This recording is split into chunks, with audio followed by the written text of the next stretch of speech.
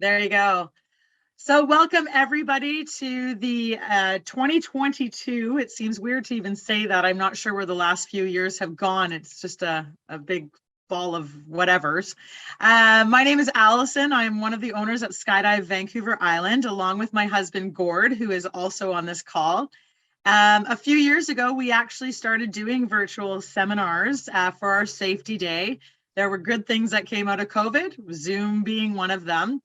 And it kind of spiraled into this amazing thing that we just thought, hey, why not give more seminars that are more specific to things within our industry. We've been really blessed to be able to do a rigger safety seminar series the last 2 years. This is our second year doing this. And so, yeah, here we are all tonight. And again, I can't thank you enough for being here. I'm just going to get my screen up to share. Bear with me.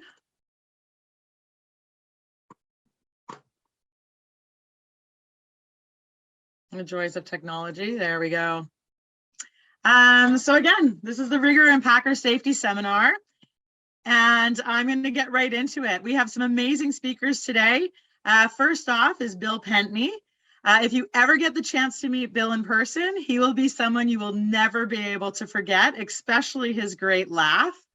His absolute passion for safety in our sport and our equipment is most notable. He is a wealth of knowledge and expertise in many aspects of skydiving, not only through his personal experience, but also years of working in the industry. What is most amazing about him is that he is always in search of more information and eager to learn from others as well. Bill is not only a mentor in our sport, he is a valued leader. Bill has been rigging for 35 years. He holds CSPA and FFA rigger ratings, and he is also the chair of the CSPA Technical and Safety Committee, which I am also proud to be a member of, and he is amazing at what he does with that organization part. Another speaker we have tonight is Marie-Eve. Marie-Eve started jumping and working as a packer for a DZ back in 2016. She loves the sport so much and was curious and eager to learn more about how the equipment functioned. Taking her Rigger A course at the end of that summer, Marie-Eve quickly started working full-time in rigging and sewing.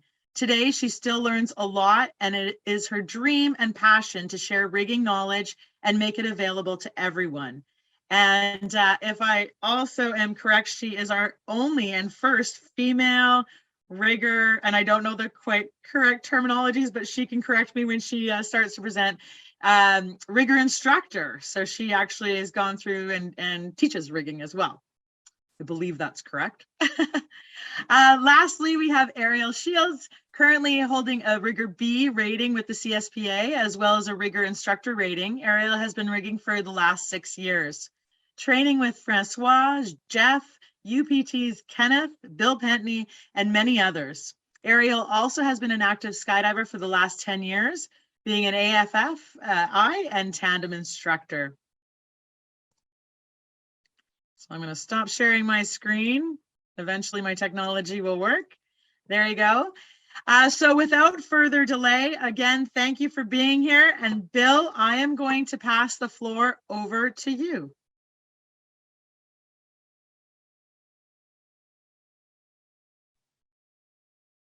Okay. Hello all. Thanks for joining us tonight. That was a great intro. Thanks, Allison. Tonight, joining me is Ariel and Marie-Eve. Not only have we been reading together and learning together, we've also become very good friends of mine. It's been an awesome experience. I'm going to present again, represent what I did last year. I'm going to go over some of the good safety rigging practices that have kept myself safe and have kept me honest in the trade itself.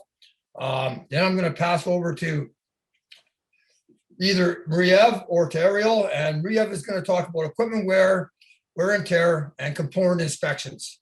And Ariel is going to talk to us the importance of packing. All right. This is all important stuff. It's all good. So I guess we get started. Again, thanks for joining us. So last year, I really couldn't talk enough about networking, how important networking is. making yourself available to answer questions, asking questions if you need them.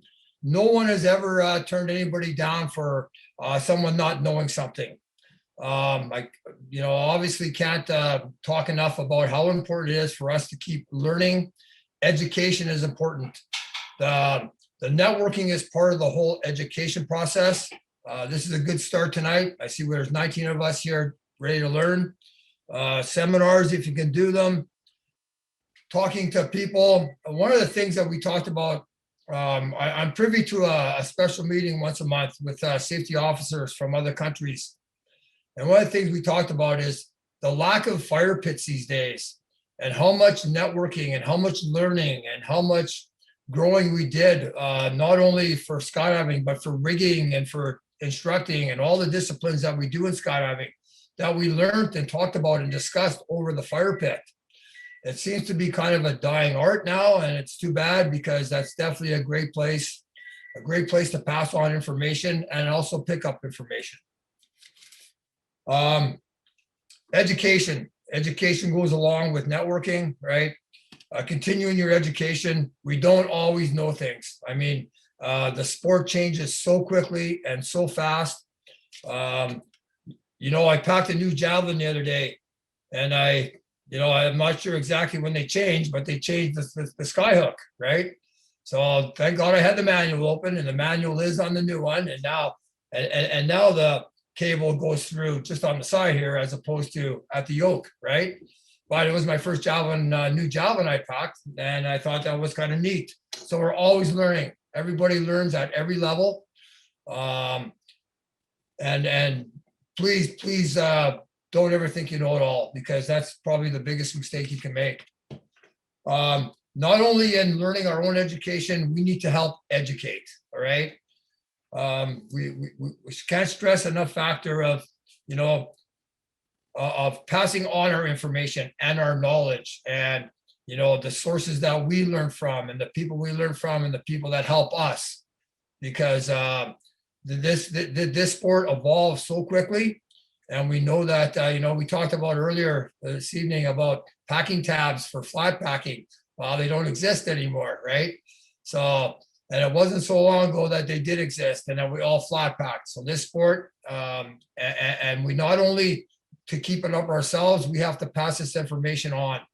If you're a rigger that is a rigger B or an FAA master rigger, and some young rigger asks you to do a job, instead of just taking the job and doing the project, bring them along and show them, have them assist you, or even do the project themselves so they learn, right?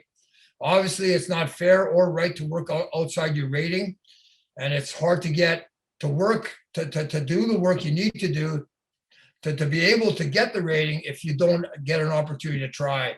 Well, it's us riggers that are experienced, that have been around, that have the knowledge and have the ratings, and we need to bring and develop the younger riggers up, right?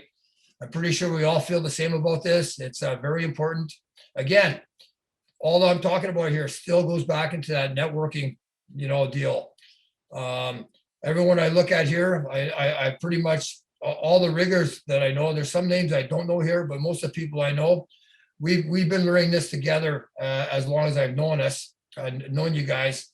And I can't express how important it is for us to help evolve everybody, including ourselves, developing riggers, people becoming riggers, right?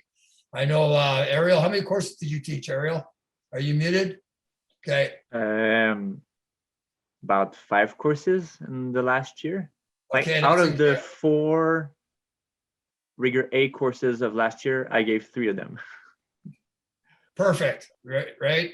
And this is what we need to do. We need to develop riggers and help them through their whole 35 years of rigging, like people have helped me along my way, right? Got my notebook out here. Continue education, working with other riggers. Mistakes, all right? I got kind of a model, and if you worked with me before, mistakes happen. We make mistakes. I make mistakes. I won't say we, because maybe you're all perfect, but I definitely not. The rule I have is the mistake doesn't leave the loft. And that happens because you double check and you recheck and you triple check and you quadruple check your work, right? You need to always constantly check your work. You need to constantly check the tension on the sewing machines. You constantly need to check your packing tools. You know, one set of packing tools that you buy in 2002, they're not going to last until the year 2030, right? So this is all stuff that cause us to make mistakes. Keep on top of all the issues, and we'll keep the mistakes down to none. But I still make mistakes. You know, the important is they don't leave the loft. I come from a military background where the buddy system is used a lot. Nothing wrong with the buddy system if you have that advantage. If you don't have that advantage, double check your work. Be your own buddy. I definitely can't express enough about the mistakes not leaving the loft, but we're not going to develop skills or develop our abilities if mistakes aren't made. Okay. Sorry to say, we just have to double check our work to make sure that they don't go anywhere, but stay with us. Record keeping, your logbooks, your loft book. That's a must. It's a must. It must be kept up. It must be done. There's no, I'm no good at paperwork. I don't like paperwork. Paperwork is important. Keeping our records, going back and actually reflecting on your work. It's kind of an enjoyable thing to do. You know, I went back about 25 years ago. I picked up a logbook. We had our basement flooded. It was probably one of the best things that happened because I started looking at all my old paperwork that I had. I brought this logbook, this rigor logbook and I was amazed at the work I was doing back then and stuff that I was doing. And it all told a story. It told a story of how I got developed, of how I developed other riggers, people that were along the ride that I've been on for 25 years. And it's been amazing. So a logbook is more than just a record keeping. It's actually our story. And believe it or not, I really have enjoyed my rigger experience, and hopefully everyone along here enjoys their rigger experience as much as I have, because for me, I love it. Allison said earlier, it's a passion. And if you worked with me in the past, passion, that word is used all the time. I think Maria laughs every time I say the word, but passion is important, and passion keeps you thinking, it keeps you honest, and it allows you to have a lot of fun, right? Let's see. So about the logbook. So you keep up your paperwork. If you're on a drop zone, it's best to have one main log. And again, the stories that come out of this are very valuable. Stuff you can learn that you did. I've done jobs that I forgot about until I pulled that logbook out. Right, I worked on people's rigs that I even forgot that I knew them. So it's pretty amazing. All right. Okay, rules, regulations, recommendations, manuals, okay, and the following of such. So we want to keep ourselves honest. We want to keep safe. We make sure that we follow the rules and regulations that are put in place by the licenses that we hold. We make sure that we're following the packing manufacturer instructions at all times. If there's flaws in the manufacturer instructions, or there's misunderstanding of how to do a repair, networking, right? So we go back into that, this all evolves into one. We network, so we make sure that we are following the rules, regulations, and all the requirements that we do to keep ourselves honest and to keep ourselves safe. You know, I want to go back because I forgot to say something. Because there's three presenters today, and we're going to talk a lot, and there's 3 different topics. Please save all your questions. Write your questions for the end. And then if you have a question for Maria, you'll say, Maria, here's my question, or for Ariel, and then we'll answer all the questions at the end. Okay, so we can get through this in a timely fashion. Okay, cool. Currency, okay. Working within your rating and working within your means. You know, Ariel and I were talking the other day about, you know, sometimes you're only equipped to do so much in your loft, right? In your living room or in your basement or wherever you may work. And maybe all the repairs that you should be doing aren't getting done because of that deal, right?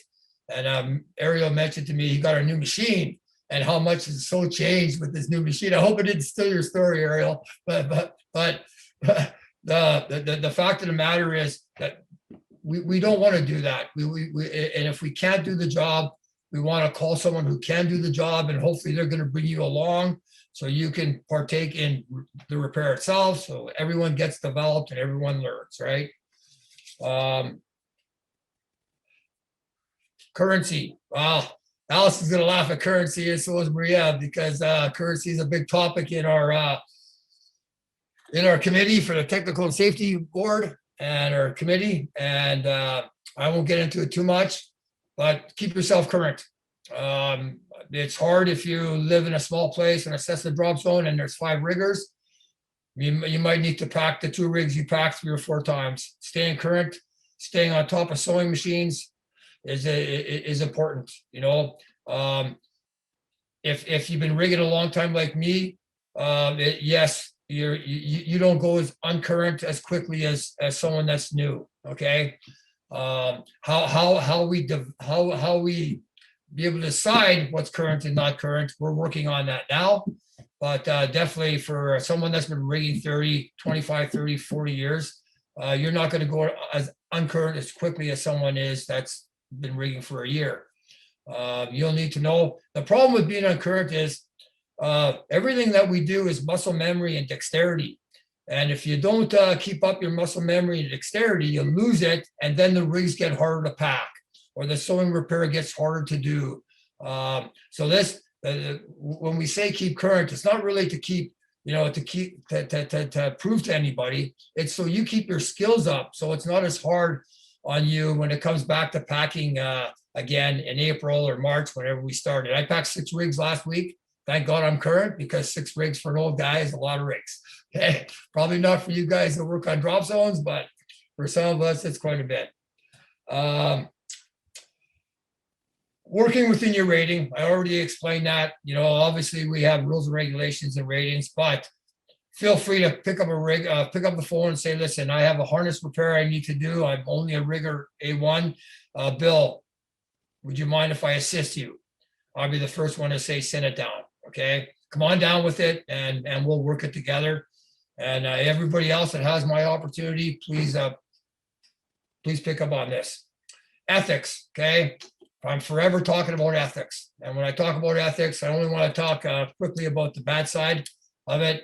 Please, let's not talk anybody down. Let's always be on everyone's side. Let's have everyone's back. If a mistake is made or something's found, please pick up the phone and deliver the information properly and accept the information properly. And let's get over ourselves and let's carry on to safe rigging, okay, and proper rigging.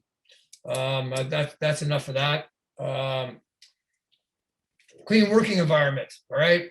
We talked last year. If you heard me talk, it doesn't matter whether you pack in your living room, if you have a full-time loft like I do, or lofts like Maria and Ariel do.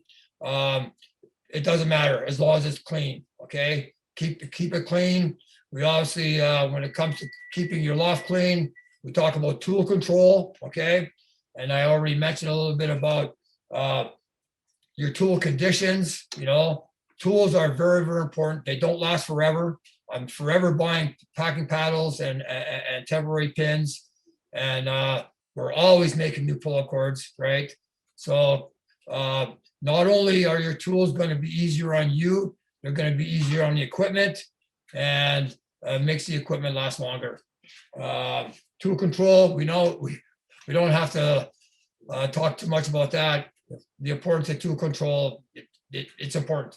Count your tools. I'm sure now everybody has found the little red tip off a clamp. Okay, let's stop that. Right? If you got clamps with 4 rubber things, now you got 5 tools. So count 5 tools, clamp and 4 rubber things. Okay, make sure that we count and are accountable for our tools. All right. So roles of the rigger. Quick rule. Okay. Depending on what level you're at is going to actually change the amount of rules that you hold, right? A lot of us, we do everything from measure jumpsuits to help people buy gear, to direct people to actually the gear sell itself. We sell gear. We assisted with riggers. We help riggers develop. I mean, and we pack reserves, right? We teach this. I don't want to steal this from Ariel, but we teach people how to pack for the drop zones. We teach Tana packers. We have a lot of rules, and take each rule. You know, all these rules aren't for everybody, right? So you find the rules that best fit you, and you suit into those rules, and you do them the best of your ability, right? I've been lucky. I have accepted all the rules. I like the rules of the rigger, the 10 or 15 or 8 or whatever you have, and I love it. I know Ariel's accepted all the rules, but you accept the rules that you do for your level and for your ability. The last thing I want to say, and this is, believe it or not, for me, it's definitely not the most important, but it definitely is a big one in my deal. Riggers keep people skydiving, okay? Yes, we keep people skydiving safely, but our job and one of our rules is to keep people skydiving. So do your best, keep everybody safe, keep people skydiving. And I want to thank you very much for everyone joining us and listening to me talk for a few minutes. And I'm going to let Ariel or whoever puts their hand up first gets to go first. Okay. Oh, go ahead. I guess it's gonna be me. Yeah. Okay. Everybody, Ariel Shields. Hey everyone. Yeah, really happy to be here. Really happy to do that too, because I think it's a wonderful idea. Thank you, Allison, and thank you, Bill, for organizing that. And at our drop zone, I just want to let you know, Bill, that at our drop zone, it's the fire pit tradition is very much alive. Yeah, so we keep doing that for sure. All right, so I'm just gonna share my screen real quick. Loop. All right, is that working? Can everyone see my screen? Yeah. All right. Cool. And everyone hears me. Cool. So I was asked to talk a little bit about reserve and main packing. So of course, I could be talking for days about packing, so it's kind of hard to narrow it down to just a small presentation, but I kind of tried doing that. So I split it up in 2 parts.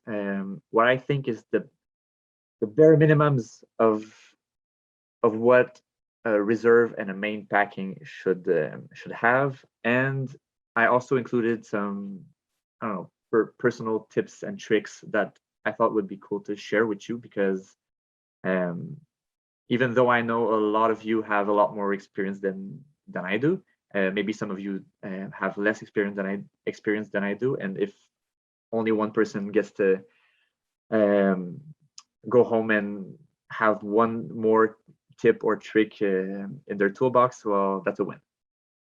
All right, reserve packing. So when I started packing reserves, I thought the goal of the packing was to air out the parachute and like make sure the fabric didn't stick to other fabric because it had stayed in the container for too long. But like the more the years went by and the more I understood that the actual packing part is just, it's the byproduct of having to do an inspection on the rig. So if you're not gonna make a good inspection when someone brings you their container, then you might as well not even open the container. We're always risking damaging the fabric, the container, when we're opening everything. So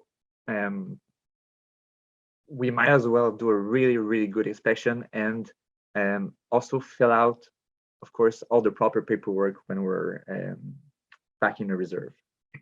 And since everything's opened, and since we have to open everything to inspect everything, then we have to pack. But I always see it as almost a byproduct. So yeah, on the side of proper paperwork, of course, filling out an inspection sheet is super important. I personally fill everything out digitally, so I can download the PDF of it and set it to the client or the jumper, and it's always a really nice plus value. It's not more work, and the person gets like a proof that you inspected their parachute, so that's really nice. Obviously, filling out the reserve card is super important as well, and your logbook as well. And I don't think there's anything wrong by doing most of that digitally. All right. I was talking with Marie-Ève today, and she told me she has seen before riggers not even doing a line check before packing your reserve. Okay, so I think that's one of the worst sins that a packer could do before, while packing a reserve canopy. So obviously, a really good line check is a must when you pack a reserve canopy. Please don't skip it, even if you know you've been packing it for all these years. No one's ever touched it. I always redo a full line check, a full continuity check on my reserves. I don't know, just to make sure. It's important to have centered lines. There's a bunch of ways of achieving that result. I've seen people just pulling everything in the center at the end. Some people really want to keep everything tidy and keep all the lines in the center during the whole pack job. Doesn't really matter, as long as in the end the product you get to have centered lines. Yeah. Then on the lines, I see a lot of pack jobs that I opened that have really awful stowing of the lines inside the free bag. And it's one of the things that kind of I don't know, it bothers me a lot. Okay, because it's the one thing that you can kind of do and redo and do and redo until it's perfect. But some people just don't want to take the time and do nice stows. And I think that's one of the things that other people are going to be looking at, and it's one of the things that I don't know, that's for me one of the most important things when you're packing. Then obviously Bill talked about following the manuals and of course closing the container according to the manual is a must. I'm not going to go over every single manual, obviously, but it's actually one of the things that I see the least. Most people seem to be able to close containers correctly, so that's cool. I mostly see problems with like centered lines and neat stows when I open reserves. So that's good. Kudos to all of you. And one of the things that I've been working on a lot in the last year is telling myself that it's okay to start over. Be it when I'm doing my S folds on one of those newer vectors like V316, V317, where they have really long free bags, and like those S folds they're kind of I don't know, awkward, right? They're awkward looking, and I need to be better at it. So I always have to tell myself it's okay, just redo it, just put it on your shoulders, reflake it, put it on the ground, redo everything. And the same goes for my line stowing. Sometimes I'm packing micro sigmas with those little pockets at the end of the line stows, and I run the lines, I stow the lines all the way to the canopy, and I'm like, I'm not too happy with the result. I'm just going to start over, and that's perfectly fine. Last year, I went for about a month or a month and a half to work at UPG's rigging loft. And I think the sentence I told myself the most was, all right, let's do it again. because it was never good enough. At some point it did become good enough, but I stitched, unstitched, stitched, unstitched, and repacked and repacked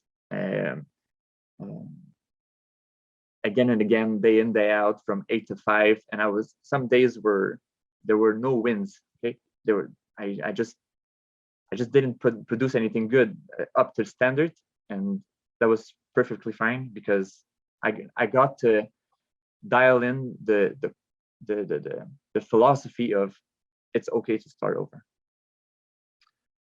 All right. Some small packing tips. I was with Guillaume here today, and he opened a reserve container, and we noticed a line was stuck in the Velcro. It's classic, right? Those uncoated lines, they really, really love Velcro, and they just want to get stuck to it. And I see a lot of people just trying to pull on it, thinking it's just the problem's going to go away, right? And that doesn't work. And I just wanted, I'm guessing most of you know this trick, but maybe not. So there's a really nice way to undo a line from the Velcro. So on both sides of the affected area, all you have to do is take the line and pull with, I have a line actually, pull the line with as much tension as possible. And once the line is under tension, it will just come off the Velcro super, super easily, okay? It reduces that. Of course, look for damage afterwards. There might actually be damage on it, but since I've been doing that trick, I haven't done any more damage on the line, okay? So if you see Velcro, if you see a line, uncoated line stuck on Velcro, try to pull as hard as you can on both sides and then remove it. You might ask someone to help you out. It helps to have like a second pair of hands, but it works really, really well. All right, so that's bringing me back to what Bill said, but there's no, I don't know, there's no shortcuts really for experience except finding a mentor. Okay, so finding, and it might be many mentors. I've had a bunch in my rigging the last year. But I've wasted so much time just trying to learn by myself that I could have been, I don't know, spared by just finding someone that can help me. And now I find also that being a mentor, so teaching other people, is really helping me out to simplify things. And it's going to help me to master my craft by teaching other people. So that's really, really important. All right, next tip on reserve packing is the cheat fold. So you might have seen the reserve packing video of Kenneth from UPT, but he does what he calls cheat folds when he's packing a really narrow reserve. So a really small parachute, or a small container, or even a micro sigma could be considered a narrow free bag for that size of canopy. So what a cheat fold is, it's just when you're doing that reduction fold, it's just a smaller fold that you're going to do. Now you see my hand behind that small fold. So a really small fold before actually folding that flaking all the way to the center of the canopy. So by just making a smaller fold and then folding it as normal, you're going to make that canopy a lot narrower, and you're going to be able to have more control when you're putting it in the free bag. That kind of prevents you from rolling or just pushing the fabric inside of the free bag. And when making a fold like that one, it's just more controlled and flatter. Yeah, a lot flatter, definitely. So yeah, that's another small tip for packing a reserve. All right, onto main packing. All right, so that's bringing me back to what Bill said, to keep the packing area clean, and maybe that's more appropriate for outdoor packing areas. Some people have a really nice indoor packing area, like Ariel. But yeah, the things that damage the canopies a lot are our hands and the floor, for sure. So reducing the amount of small rocks and dirt and sand on the packing areas that are outdoors is really going to help the longevity of the canopies we're packing, and also the containers. I think we should, as riggers, train our packers a lot more to keep a constant inspection mindset, because they are definitely the first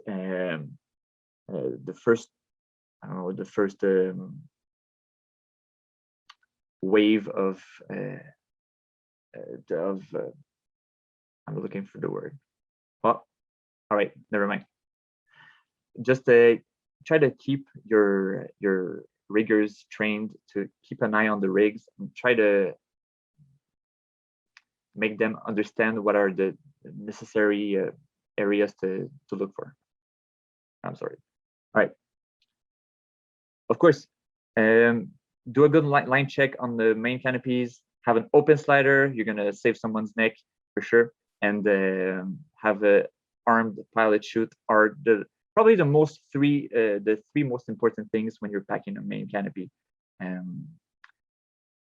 And if you see a packer not doing one of these three, well, he needs more training for sure. Then the next three things are things I see a lot on the packing area that I would like to see fixed on most job zones. My 3 reserve rides on tandem were probably due to ridiculously twisted brake lines that caused tension knots.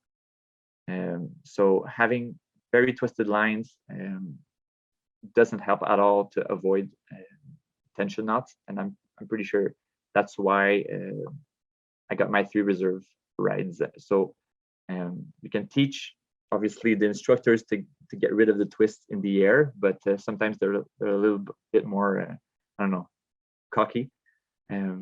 So maybe teaching the packers to get rid of the twisted lines could help a little bit. D-bag orientation. You know, when where the bridle comes out of the D-bag, it should come out oriented towards the reserve container. So that's the way it's designed to work. If you see packers packing with the reserve with the main bridle coming straight up, then I think he should look, or he or she should look at the manuals, because that's not how it's supposed to go. All right, now the question of double stows. I'm kind of on a mission to teach everyone to make double stows on all the stows on the main canopies, right? And here's why. So that's a really cool picture. You see that during deployment, the D-bag is being pulled, but for the momentum to be transferred from the D-bag to the lines, it needs to go through the rubber bands, okay? And these are very elastic. And during that split second where the rubber band is stretched, there's an area, okay, that doesn't support or secure the lines, and so these lines can get out of the stow, okay? And what is that going to do? It's going to create an out of sequence deployment, okay? So some lines are going to get out of their position before they're supposed to, and that's the definition of an out of sequence deployment. When you have double stows, even if the rubber band is stretched, the stow is totally secured and the lines are not going to go anywhere, okay? Now, there's 2 reasons why people say we shouldn't do double stows. Well, there's 2 arguments. first is it hurts my fingers. So just learn how to do double stows and it'll be fine. The second argument is it might cause bag locks, okay? And the reason it would cause bag locks is because the loops are too long. So a double stow technique works well when the loops are short and pretty much even with the rest of the D-bag. Obviously, if you do super long stows, a double stow technique could be a problem and cause bag locks, but it's not because the double stows cause bag locks, it's because the stows are just too long. So please, PD recommends it, UPT recommends it, and a bunch of manufacturers recommend to do double stows. So I would highly suggest that us riggers and other packers start making double stows a norm on the drop zones to avoid out of sequence deployments. All right, I finished my rant. All right, tips for packing. I was a packer for like 5 years. So, and I only used a deflating mat. I don't know how to call it, but something to use to remove the air on the canopy once you put it down. It saved my back, okay? So I think every packer, every drop zone should have one. Put the canopy on the ground, and instead of just leaning on it to remove the air, just go buy it's a truck flatbed carpet. That's pretty much what it is. Go buy one of those, and you can just lay it on the canopy. It's just gonna remove the air for you. You can work on another canopy at the same time, and so you can work faster. Plus, it's easier on your back. You're stronger at the end of the day, and you pack faster, make more money. Now, to make those double stows, it's really easy to make double stows when you use the lines as, like in the picture, as a handle to pull the rubber band away from the D-bag so that you have some loose rubber band to wrap it around. So really pull on those lines, and it's going to help you a lot. And I have another tip, using the top pocket of the canopy to try to secure like a really crispy and new canopy. There's a neat little pocket right next to the attachment point on canopies on the reinforcement band, and you can see my hand like grabbing onto that pocket. All you have to do is find it, and you can shove all the fabric inside there, and it holds up pretty much by itself. Okay, so if you have a really crispy canopy, a slippery canopy, find that pocket, and you can just shove all that extra like fabric in there. It's gonna stay there, and it's really, really helpful. So it's right next to the attachment point. Put all the fabric in, and it just stays there. It's really cool. All right, I'm done. So Maria's gonna talk to you a little bit about common wear points and component inspections. Yes. So my presentation is mostly about like I've been rigging now for 5 years, and there's just a lot of little things that I've seen that often come up. So it's either on the reserve or the main, and it's just stuff that I want to point out and that we could maybe be more attentive to and correct. So we can go to the first slide. It's a little bit of everything, so I don't know, I don't want to look too much everywhere, but okay. So for the first one is about the BOC pocket. So first, the function. So we all, I'm sure, know the function of it is to hold the pilot chute in place and secure. And so we can go to the next one. Why I wanted to talk about this, it's because I often come across a BOC that's very loose like that. And actually this picture comes from another rigger that has seen this, and what they did was, because they couldn't change the pocket, or they didn't know what to do, I guess, because the extractor, the pilot chute was coming off very easily. So they actually tacked it with super tack, and now it was too hard to pull on the extractor. So the person was packing their rig and making the pilot chute a little bit out, like keeping it out a little bit, so there was no hard pull. So anyway, like all could have been fixed by just replacing the BOC pocket. So what we want to avoid the premature opening, because we know that now, especially now, because free fly is more and more popular, and people like they right away, like they have like 20 jumps, and they're like, okay, like I'm gonna go like sit. So in the past, having student gear and like older gear that wasn't free fly friendly was not a problem, because people would go on belly for a very, very long time. But now, like I would say, BOC pockets are even more important to look at. And yeah, so what I've seen is, like, I've observed packers pack, and when they pack, you know, the container is on the floor, and some of them, they want to turn it and put the pilot chute in, like coming from the top. And I've seen some of them pull on the spandex pocket, but it's an elastic, so just pulling on the BOC will just like stretch it out. So it might be a premature like stretch out of the BOC. So maybe if we want to look at that. And yes, next one. So yeah, the BOC is just more exposed nowadays. Another thing that we can look at is, well, maybe sometimes yeah, so like the types of handles will change also how the pilot chute is secure in the pocket. So right now they have the, oops, not right now. So right now they have the free fly pod with the little tuck tab that goes hidden underneath a little flap. So that's for sure like the most secure one right now, but not everyone wants to go with that handle.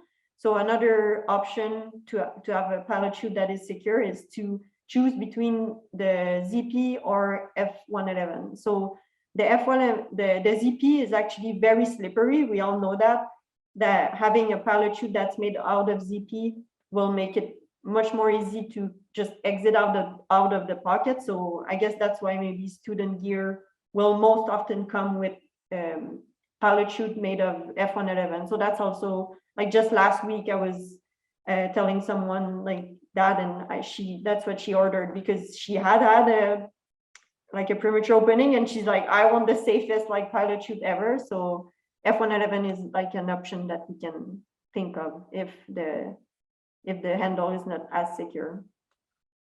And the next one, another subject. So the main closing loop, this is another little thing. There's a lot of myths like sometimes going around, especially with just the jumpers. So sometimes we don't think that the length of the closing loop matters, but it's important that the pack is closed very tight.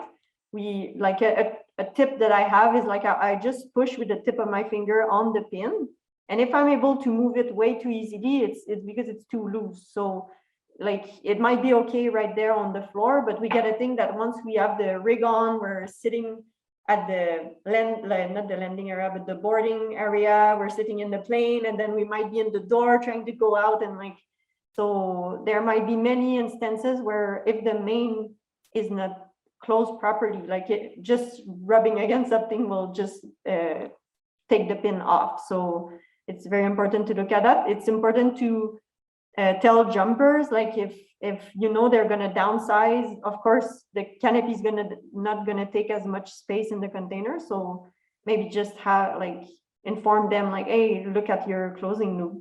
And also I've seen a myth, like some people saying that all the grommets should align, like they have to align, otherwise the length of the closing loop is not good. Like, I think manufacturers have a good reason to say this, especially because they want the pack secure, but it's not set like in stone, because sometimes you'll just have like like a very tight pack job, and it's okay if they're offset. Like I think what's important is that like the tension is good. So next one. Okay, AAD installation. This is a little something that I've also seen quite a few times. Like I think you can see that it seems that the control unit is being pulled at the top. So I've seen that often, that like I open the container and the tension, like the AED seems well installed, but as soon as like I kind of stretch out the container just with my hands, already the cable is just tight. Like they just wrap the cable like around, and then they're like, oh, like I have enough slack. But we gotta think that when we pack, everything is put under tension, and it should be only the material, not the cables. So we have to anticipate that. Next one, please. Okay, another little something, safety stalls and elastics. So earlier, Ariel was talking about like the stalls, and like for me too, it's a little bit of a pet peeve maybe. I see often safety stalls that are like way too loose. So in the beginning, it was always a question for me, because I'd be like, oh, like the safety stall seems a little broken. I would always go see someone with it, and like I forgot to think, like we have to think of function. So sometimes something will look great and it's not functioning as it should, or sometimes something will look like damage, but it's functioning as it should. It's weird how I say it, but my point is, when we have the bag packed, either a main or a reserve, when we pull on the container and there's like the line tension, like the stalls shouldn't just slip out like super soft, you know, like, so that's how we see how like a stall is healthy, or like the safety stall is healthy. That's my test anyway. Like when I pack the reserve, like I just pull a little bit on it, and what we want is that for one bite to release with the tension, and the other bite stay there and then release afterwards. And that goes, like, it goes a little bit with the subject of Ariel and double stalls. That's kind of why we do them. Like if you pull a little bit on the container, it just, like, especially Spectra, it'll just like slip out like that, like super, like, I don't know, with no tension at all. That's not normal. We want an harmonious and sequenced release of the lines. It's really important. Otherwise we go for problems like maybe line dumps and stuff like that. So yes, next one, please. Okay, another one, reserve flaps grommets. So we work with metal tools, and there's a lot of tension going there, and we're like we're on it, knees on it, and we're like, oh my God, like this is hard. So like sometimes the grommets will come to have like little dents or our tools. So very, very important before packing to inspect the grommet, like very like with the finger, like just lightly touch it and really feel if there's any dents, because like otherwise it get frustrating just to have freight loops. Yeah, and it's just very easy to sand it down. I just use like a very fine sandpaper or emery paper, and after that like dry it to remove like the metal powder or something. And also I found that if I get more precise with my packing, like not putting as much tension, but being more like, it's hard to explain actually, but just being more precise helps with not damaging my tools and stuff. Next one. Okay, cutaway cables. So I think maybe sometimes what happens is there someone may do a cutaway, and the rigger that's in place or that they go see is just like, oh, like I have this cutaway handle, I just put it in and yeah, it works. I connect it and it works. But then you look at the length of the cables and it's wrong. So I think, well, I'm just gonna say it. We know that like most of the rigs now have a RSL on either side. And if we think of the cutaway procedure, like when we cut away, like the risers are going to leave, and the one connected to the RSL is going to activate the reserve. So what we want, how the systems are built, is that the non-RSL side is disconnected first, and then the RSL side is disconnected, like, so it should be last. But it has happened to me anyway quite a few times that it's either equal, so like you don't know which one's going to release first, or sometimes I've seen the non-RSL side longer, which means it would release first. So anyway, what we should do is look at the manufacturer recommendation. They all have their recommendation, like how to measure it and how it should measure. And so I think it's important to do that. And also what I've started to do is to just test it. So I just put the risers in tension, and I pull on the cutaway handles and I release it very slowly to make sure to see which one release first, because now the housings are like compressible and stuff like that. So when you actually do it physically, you can see like if the system is safe. So, all right. Yeah, so sometimes some things I've started to see is damage on the, especially on type 17 risers. So it'll happen sometimes around the grommet, it'll just fray because there's actually a hole through the webbing, everybody knows that. But at some point, just with the number of jumps, it's gonna start to fray just beside the grommet. So that's like, it should be looked at closely because it can lead to like just a sudden break of the risers. And this one is actually starting from the selvage edge. So at the grommet, it was fine, but it was starting at the selvage edge. And that's a good story because just, I inspected it this winter and the guy went to jump, he did 40 jump on a Sabre 1 and he had the like worst hard openings. And like now that the risers came back like that, I was like, oh my God, like we gotta change your, well, first your canopy and your risers. So, and yeah, so something else to look at. And next one. Yeah, and that's a little something that I've also seen a lot. Like someone came to see me like, oh, like I have all these weird holes on my brand new canopy, like brand new system, and like he's like, what's going on? And like it's frustrating. He just got it, and well, now I just mimicked it, but what it was is like the attachment point to the canopy was a ring, and the pilot chute bridle was connected to the canopy with a rapid link. So you see that it's link on link, like metal on metal. So when the canopy is packed in the bag, it's all close together, and canopy material can get between it. And when you think of like when you release the pilot chute, it just pulls on everything. So I think every time it was catching a little bit of material, and he ended up having like multiple like little catch like that. And like since I've seen that, like I've always like, it's just easy, you just put a soft link. So otherwise a rapid link is fine. Like if like like just on this picture, it's actually attached with a rapid link, but it's not like on the metal ring. So that's okay. It's really the metal to metal. So yeah, something to look at. And well, I think I'm kind of repeating also what other people would say, but I've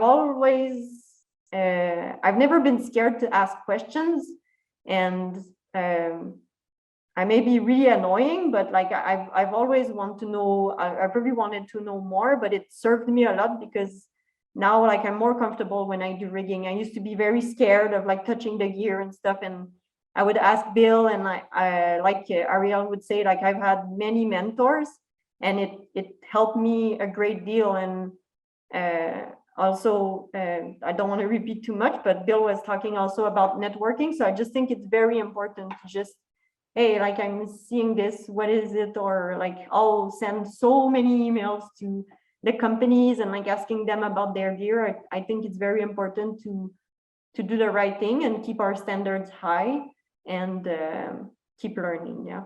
So yeah, that's it.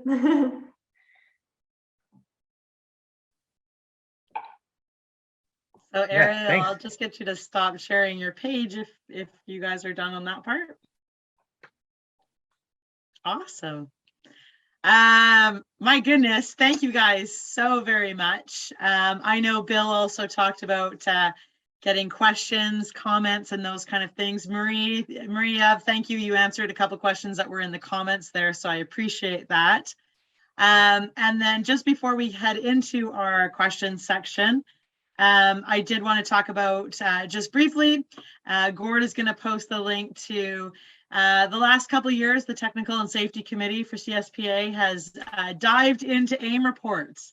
And we've tried to look at making some really big improvements to benefit not only skydivers, but also instructors and riggers and packers. And so this year, there is sections in there that have recommendations for our riggers and our packers based on the AIM reports that we saw across Canada. I know, Ariel, you touched on tension knots, which was actually 29% of our malfunctions on tandem skydives this year were a result of tension knots. And I know nothing about rigging and packing. This was on the main, by the way, so the malfunction on the main. So yeah, it's really good. And this is why we drive into safety seminars like this. So Gord has posted a link to that safety management system. Be it as a skydiver, you should look through it and read it. I know our team works really, really hard to get this information out there, as does the CWC with us. There is some really valuable information in that. And as Bill talked about, there is an AIM thing for riggers as well. There's a lot of great communication that goes on rigger to rigger.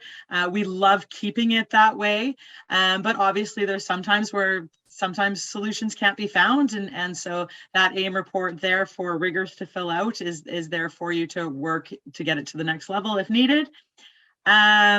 But on that note, I'm going to dive into some of the questions. I'll open the floor to questions and comments. I did put there, if you look on your screen for Zoom, there is a reactions tab. If you click that reaction tab, there's a little button that says raise hand. You can just raise your hand like that. As you guys see, I have a little hand raised right there. I will help to manage those questions for the speakers.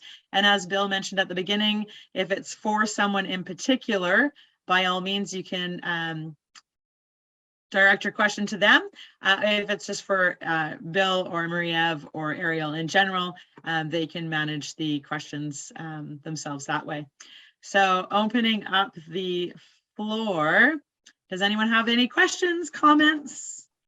Bill or Ariel or Marie-Eve, anything further to say? Feel free to do so. So no questions. We got everything right first time, 100%. We're good. You're pros. This is it. That was awesome. I will start with a question then if nobody else does. I know, again, I already talked about the tension knots. Again, I don't know anything. Is there anything more, just having had that statistic come back this past year with the AIM reports, my understanding is that, you know, tension knots are obviously preventable. When I asked the question to some other tandem instructors, actually, it was talking a lot about the packing side. We know that line twists, usually body position, but tension knots can be really related to the packing side. Ariel, Bill, Marie-Eve, is there anything more that you guys would comment on as far as tension knots and preventing them, or possible causes of them? Sure. I wouldn't go as far as it's totally preventable. Like, we're still throwing a bunch of lines and fabric into high-speed wind.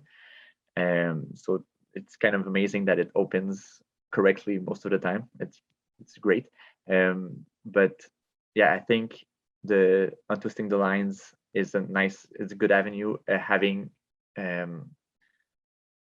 good lines, meaning like not too damaged, being able to slide like on top of each other also is probably like having really, really old lines might raise the chances of having a tension knot.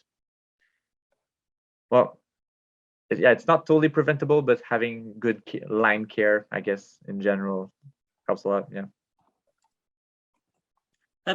exactly the response that I actually got from somebody as well. And they said that DZOs or people who own the rigs spend money on your gear, make sure it's in good shape. Yeah, I do, before I get to you, Phil, I do have a question here on the chat. It's either for Marie-Eve or whoever can answer it. What are the thoughts on spinning the 3 rings during checks? I have had many conversations with people who insist that it needs to be done to check for damage, while others point to the wear damage that it may create to the rings as they are spun against each other. Not specifically rigging, but was related to something that was mentioned here. Yeah, I was gonna answer. So why we do that is because there's been instances, like it's been a long time, but there's been instances where the ring got deformed because there was a mistake in the production of the rings. So that's why this started. So it's not a bad practice to continue doing it, because like normally there wouldn't be mistakes anymore in that, but we kind of don't know. So it's to look for deformations, and for like it doesn't damage the ring, because if you think about like on opening, like you might have 10 Gs on opening maximum or something like that, which is like a lot of like acceleration, a lot of weight, and the rings are actually like against each other and they don't bend. So just spinning on the floor, like when you're on the ground, just spinning the rings, it's not going to damage it like it would get damaged like on jumping. So just spinning them don't damage them. It's just ensure that you look at the whole ring. So I hope it answers the question. That was a great question, and a great answer, Maria. Best when you don your rig in the morning, okay, you go to skydive, do it then, do it yourself, right? It doesn't hurt to do it on every jump, but as long as you do it in the morning, you know, you'll be fine. And Marie hit it right on the head. It's about the oblong rings, right? We're making sure that the rings turn within each other so they'll release. But a lot of people don't believe it should be done every gear check. I don't think it hurts. I've always done it. But if you take care of it yourself in the morning, you've taken care of it. And as long as it turns, you'll be fine. Thank you. I would just like to see someone maybe does someone have an experience of the ring being deformed after a lot of jumps, let's say 100 jumps. Like I've seen the first picture of it like I think 2 years ago, and it was on a tandem rig, but it was aftermarket risers on, and it was the second jump made with the risers. So it was like pretty much straight after it was installed. But I just haven't heard of rings changing their shape after a long time. I've never seen it either. And so Phil, I'm not ignoring that your hand was up for a question, but Dominique, I'm going to ask you to unmute because you raised your hand when Ariel made that comment. So I've come across one set of 3 rings that actually elongated from improper 3-ring placement on a tandem rig when I was in Panama. So I don't know how common that is, if it's actual OEM parts or if it's aftermarket. But yeah, proper 3-ring placement, I'd say, is probably a leading factor to avoid that. great. Thank you. Philip. All right, Phil, I'm going to move on to you. All right, hey folks.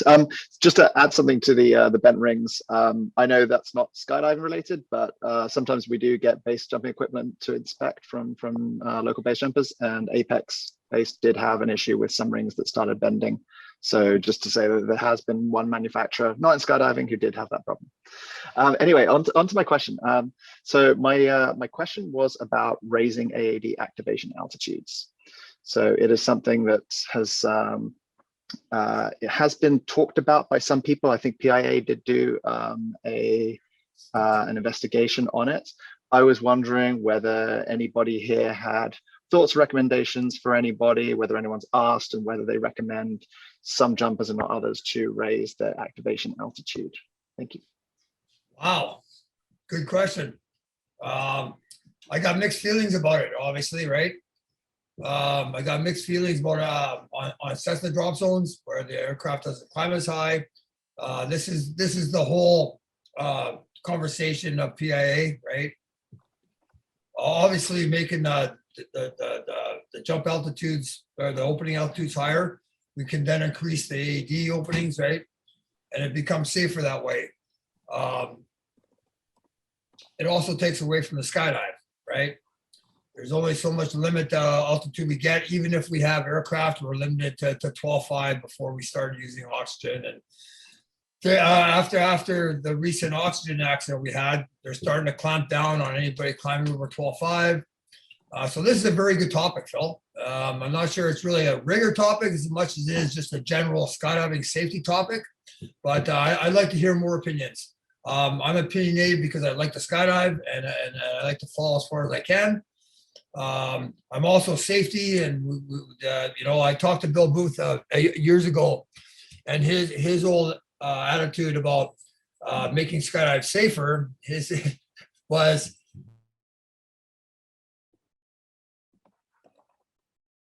right. I mean, that's all a perfect world, but that's not my perfect world. So as much as that's going to help part of the sport, it's going to take some of the sport away, right? Especially head down guys on a Cessna drop zone. So it's a good topic. Please, someone else you got to add away. I was going to say at our drop zone, we have an offset because we take off at a lower place than where our landing area is. And so, yeah, it's a big thing, and people reading their manufacturer's guidelines and all of that kind of stuff. And from auditing all the AIM reports last year, we had 6 AAD fires, 4 from students, 2 on experienced jumpers. All of them, of course, were all due to altitude awareness. It's been a heavy focus on all of our safety seminars that we've had. Obviously, rigging is a bit different, but yeah, the question of AADs and just understanding your manufacturers on how to set them properly is also a big issue. So I don't know if anyone else to add to that. You know, I don't mean to cut you off, and I know Danielle there has a question. Yeah, I just want to close out that stuff, but Danielle, I have a question from you as well. Anyone else for the AAD stuff, or? Or maybe Danielle has something to say about You might that. have something to add to that. There you go, Danielle. Actually, my question is not related to that. So if you guys want to continue and then come back to me, that's fine. No worries. You know, just because we raise the altitude doesn't mean people are going to be aware of altitude, right? So when you say it, you kind of you put that, you know, raising altitude to help. Well, not aware is not aware, no matter what altitude they're at, right? Unfortunately, and we really need to be very careful when we start making new rules this way, because we can only go this high, and we don't want to put ourselves out of the sport. So it's really a catch-22 topic, right? Thanks, Phil, for bringing those catch-22 topics up like you like to. But anyway, that's all I got. And if there's no more on that topic, we'll get Danielle to ask his question. Yeah, so full disclosure, I am not a rigger, just like to stay on the topic with stuff. My question basically falls onto I know Ariel had mentioned it before with the reserve lines. I had a reserve 2 years ago and had my reserve repacked by a rigger that I don't normally deal with. And he found that the lines themselves were never cut according to UPT standards. And what happened was he cut them. I don't remember what the measurements were 7 inches and 4.5. Don't quote me on that. Not too sure. That was the standards or requirements by UPT. Do you mean the yellow cables? Yes, the yellow cables. Okay. Yeah. Sorry. Like, what? So what happened now was, after that happened, shortly thereafter, as I was jumping, every time I would open my parachute, the yellow ends would pop out of the shielding. and it was addressed with UPT. UPT did state that yes, there was probably an error potentially in the way it was cut. And it was suggested that maybe the parachute should be put on me first and then kind of measured and then cut. But I'm still finding that the yellow still pops out every so often. So I was just wondering for future reference, future reference, do you guys know of anything, if there is, what is the rule to the cutting of that cable? Well, if you're talking about UPT, and you're telling me something around 4 inches, that's probably too short. For sure, yeah. So that's your problem if your measurement is correct. Then if the measurement fits what UPT recommends, I haven't seen it come out really. Yeah, no, I know the gentleman, the rigger spoke directly with UPT's head rigger, and it was said that apparently it was done properly. Now I think the question more or less was, should the cable be pulled tight and then cut, or held loosely? I think that was more. All right, you want to go, Maria? Yeah, okay. What I do is that when I first put them on, I pull them tight just to make sure that there's no like slack anywhere. And then I put the rig under tension, the harness under tension, because I want to kind of relax the housing and the cable. And then I put it on the ground and then I measure it relaxed. So Ariel, maybe you can say like how you do it. I do the exact same thing. When you wear your equipment, the yellow cables are not under tension, so they should be measured relaxed, not under tension. Yeah, that's pretty much it. Okay. Yeah, I'm sorry you have trouble with your yellow cables. I'm sure there's actually a solution to it, but it's not a big issue, but you never know. Excellent. Is there any other questions we got going on here? I don't see any in the comment section. Again, if you have a question, just reaction tab, raise your hand. You guys are pros. I think that's it. There's no more questions. So I will say on behalf of myself, Allison, and my husband Gord at Skydive Vancouver Island, Bill, Marie-Eve, Ariel, I cannot thank you guys enough for your time in just presenting on this material. I definitely, I know nothing about rigging, and I look forward to this. I've been looking forward to this because I learn something new every single time I've attended a safety seminar. I hope that anyone who's watching that isn't here, and this is on recording, I know that you guys, Bill, I know that you're always open for anyone to email you. Bill's contact information can be seen on the CSPA website. He is the chair of the Technical and Safety Committee. And I'm sure that Marie-Eve and Ariel, you guys would happily answer any questions as well through that. Before I forget, tomorrow, our next Tuesday, is our last and final safety seminar for the series that we've had through the month of April. It is open to all skydivers. It is actually on movement, free fly in the sky, all of that fun stuff. Derek Clausen will be our presenter for that. It's going to start at 6 p.m. That's West Coast time. For those of you who haven't seen, we do record all of our seminars. We've had some great ones. Last week, we had Monique Andre with our instructors, so PFF, GCI, JMs, all of that. It is recorded. It's on some of Facebook social media stuff. And of course, the week before that, we had a tandem instructor one as well. So lots of information to be shared. Again, I cannot thank you guys enough for all of your time. For everyone who's in attendance, I appreciate you guys attending.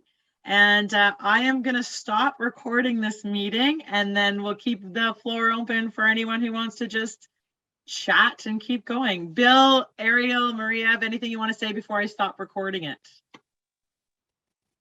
Just thanks to everyone for showing up. I think it's really cool that we get to be together in what is otherwise a very individualistic part of skydiving. Most of us get to work by ourselves.